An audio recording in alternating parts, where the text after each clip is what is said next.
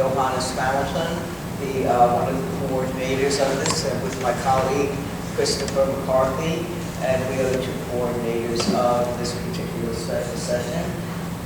In this first presentation, I would like to introduce Steve Szabo, and he is going to speak on a comparison of group algebras of Dihedral and Quaternion groups and Quaternion groups. Thank you very much. Take it away, Steve. All right. Good morning. Thanks for coming. I know it's not the nicest hour to be up, but I appreciate you guys being here, and I appreciate the invite to speak to you guys about this. The title is the title of one of the papers that some of the work came from, but the talk is more, it's almost a conglomerate, it's a smattering of a bunch of things that I worked on. They're all kind of related to the quaternions, or where they come up in different contexts, but the work that I do is in ring theory, and it's really about finding different classes of rings with certain properties. So you're going to see a fair amount of ring properties in here. So let's start. So of course I'm going to talk about these two things related to these two groups. Those are the presentations of the groups that I particularly use.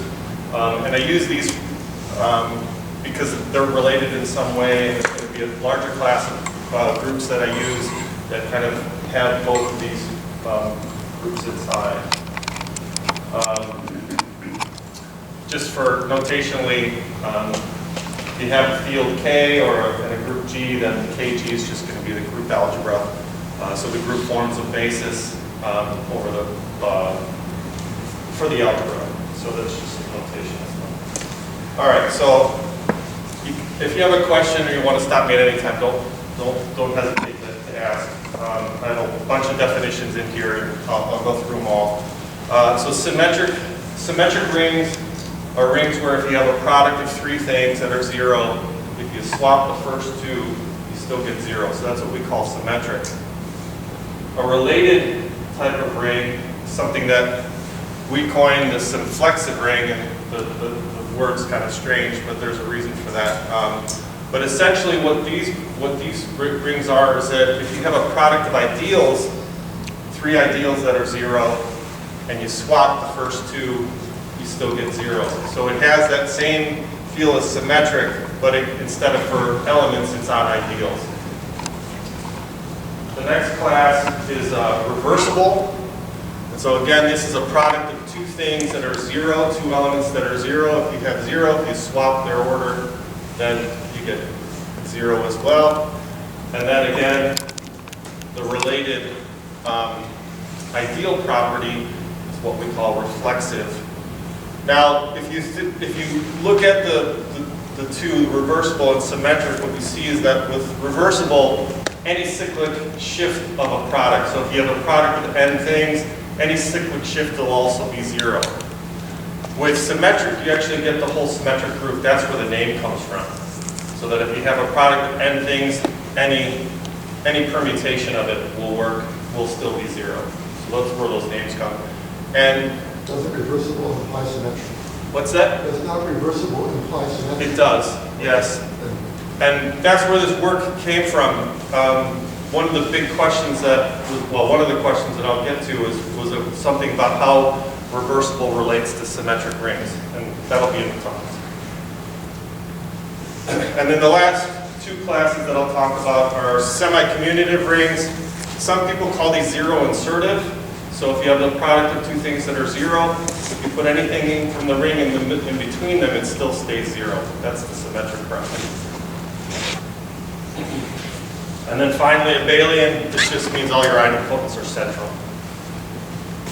Mainly, what we're going to use is local rings. So it'll be obvious. All the ring types here, like I said, they've been well studied, except for symplexive, and those were studied under a name that they call ideal symmetric. And so, let's see. So in the same way that symplexive rings were called ideal symmetric, we can call reflexive rings ideal reversible. This is just to relate the names for you. Reversible rings sometimes are called completely reflexive. Again, that's to connect the ideal version and the element version of the names. And then, of course, we have this. So really, when we get to the next slide, this is where we connect it all. So if you look at these ring classes, you get this sort of a hierarchy of them, these class containments. And you get a chain from commutative down to abelian, and then from the element properties of the rings, you can get to the ideal properties in this way. And so a lot of the work that I do is to show that these ring classes are, that these class containments are strict, and then what we also do is try to connect them to a larger class. And I have a large diagram I'll show you in a second about how these ring classes all connect to a larger set of them. So one of the things you can ask right away is, you know, if you have the ideal version, the element version implies the ideal version of these ring classes, these properties. So what property can I add to, say, symflexive to get back to symmetric? So these are some of the questions that we asked, and in the process of this work, we found the answers to them. The reversible characterization was already well known. The symflexive one, it fell right out of it. It's nothing very earth-shattering, but it was nice to know.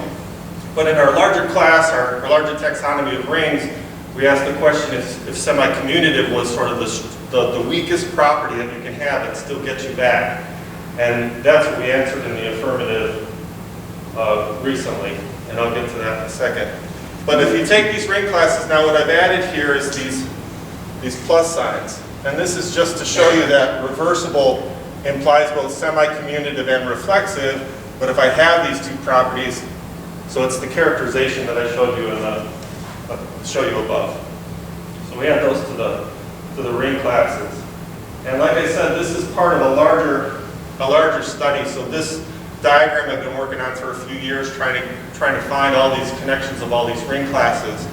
And these, you can see semi-commutative here. So this is the diagram I just showed you recently.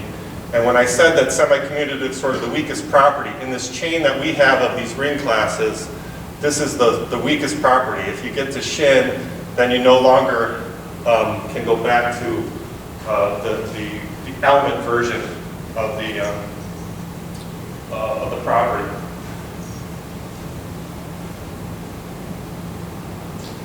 All right, so Marx came up with this taxonomy. So that taxonomy I just showed you, he started with the smaller taxonomy, and we've added to that. But in his taxonomy, he showed that F2Q8 was a reversible non-symmetric ring. That was a big part of his work, is to show that there are rings that are reversible but non-symmetric. What's that to? The field of order 2. Okay. And then his advisor asked him if that was the smallest one, and that's the question he put in his paper, and honestly that's what started me off on this whole journey of everything that I've shown you today.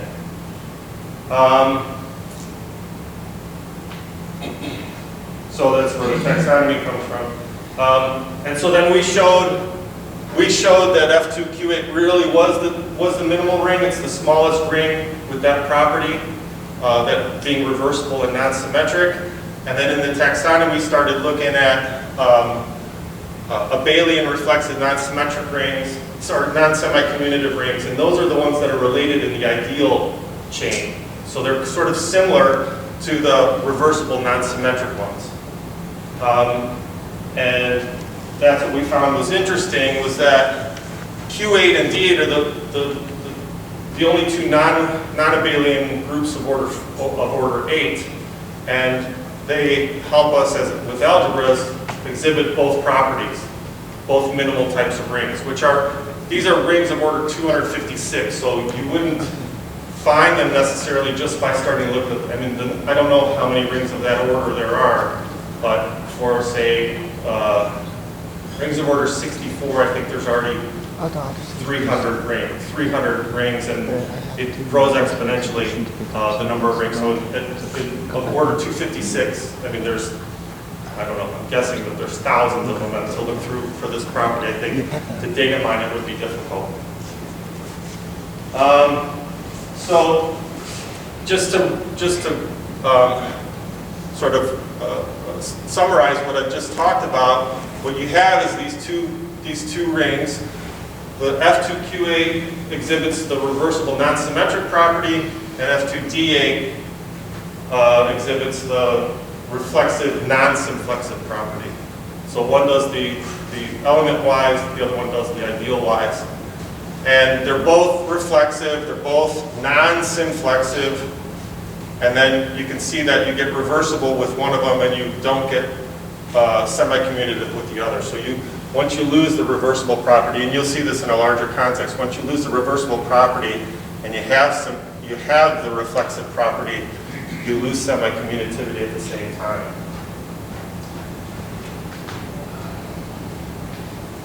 So in another work that was related to this, a group from Spain asked me to work with them on these things called generalized Hamilton Quaternion rings.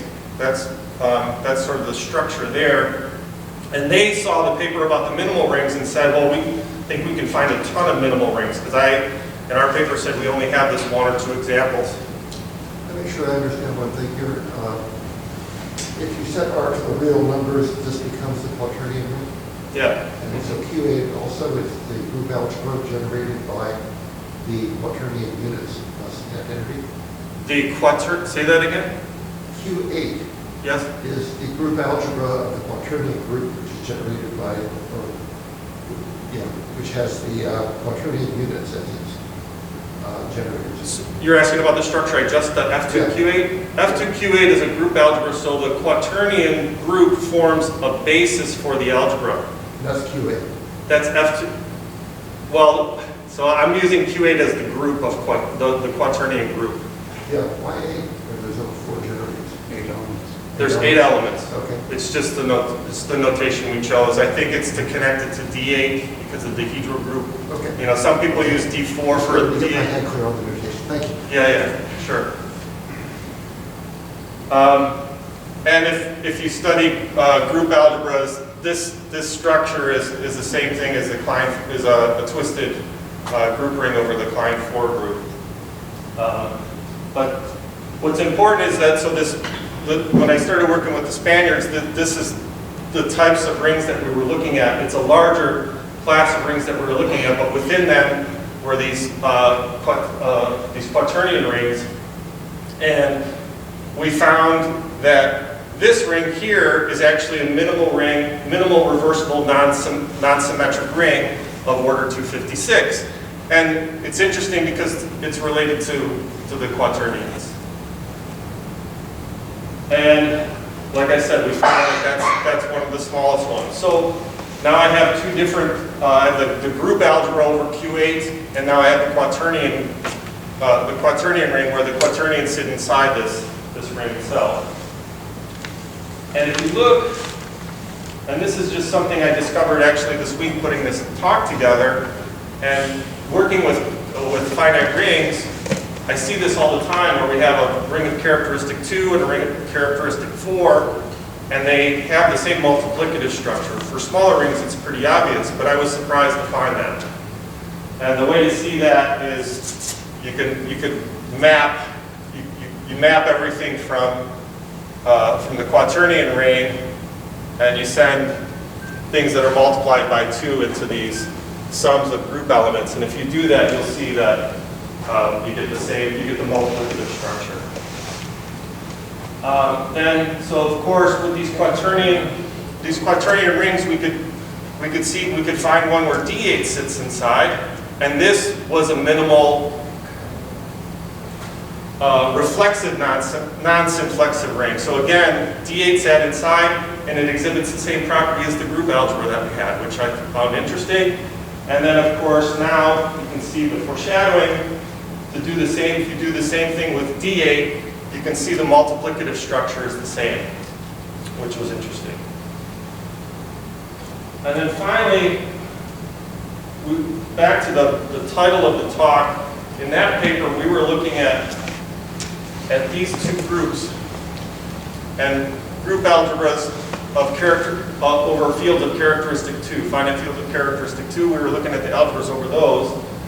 And so that's why I have the presentations of the groups for this reason, that this particular presentation. And so what we found was that, again, we have this, that in general, they're always reflexive. That was that chart I showed you. They were always reflexive. So in this larger class of groups, they're always reflexive. And then we found that it's reversible when I is equal to 1. That's the Quaternion. That's related to the generalized Quaternion group. When it's 0, it's the dihedral group. And so we found that only in this case, when I is 1 and m is equal to 2, that you get a reversible ring. Otherwise, it's non-reversible, and then it's non-symmetric. And then we showed also that for m equals 2, that we get non-symflexive as well. So the question I had, and again, I found this week, is that at the time when we worked on that paper, I didn't think about making I something different because we were only interested in the dihedral group and the Quaternion groups.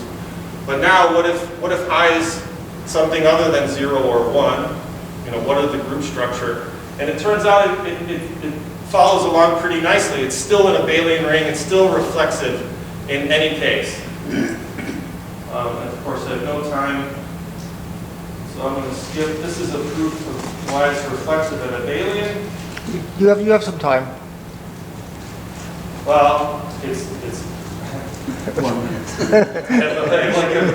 not enough to go through that, but just so you can see that this is just to show that it's local. This is not hard to get through. So if you take that set 1 plus every group element, then you can see that forms a basis for the ring as well. And then if you remove 1 from that set, everything is nilpotent. So you get a generating set for the ideals, for the Jacobson radical, and then you can show that it's local doing that. But the proof of this isn't that important. The last thing, really the sort of the punchline of everything, is here. So if you look at that general group, that larger class,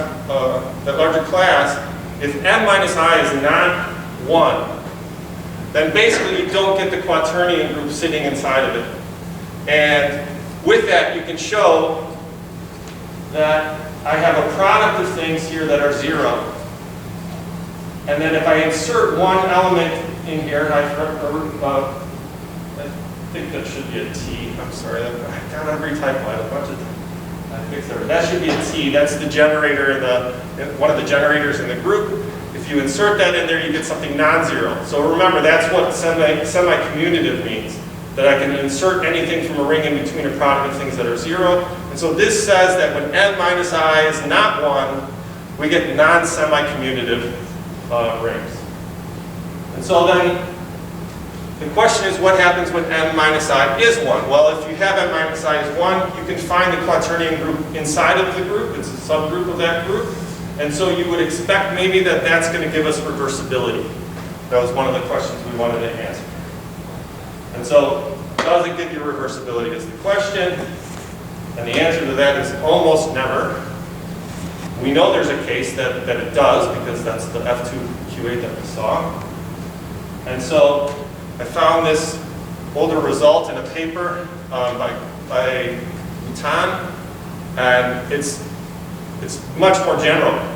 But basically, if you have a group algebra over a finite field, you have to be characteristic 2. You have to have odd power of 2. And you have to have Q8 sitting inside the group such that the other group has odd. I mean, the way for me, it has odd order. And of course, my groups are all powers of 2, so this shows that we only have the one case when this algebra is actually reversible. And so that was sort of the big punchline of the talk, is that we got to that point. So basically, we have a much larger class of rings, and we show that, you know, F2Q8 is one of the only group algebras that give us reversible non-symmetric. And then the last thing, which I was hoping to get to before coming in today, was to show that we still keep this non-simplexing property, and I'm almost positive that actually works. It should, just from all the other ones, but I didn't quite get there. So, and that was it. So the work came from, this was one of the original, this is where we showed F2 D8 was minimal. This was the original problem about looking at F2 Q8 and F2 D8 and their generalizations, how they fit in the ring structures. These are the Spanish group where we found this stuff on the Quaternion rings. That's where I got the one result that I quoted from. That's the original minimal rings paper, and then this last one is a taxonomy, that big taxonomy that I showed. And so that's really the end. Thank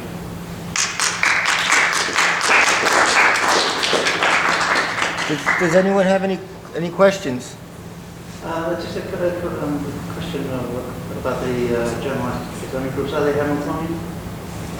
Are all subgroups normal? I don't know.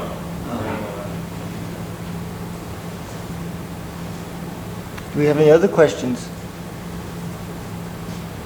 All right, thank you very much.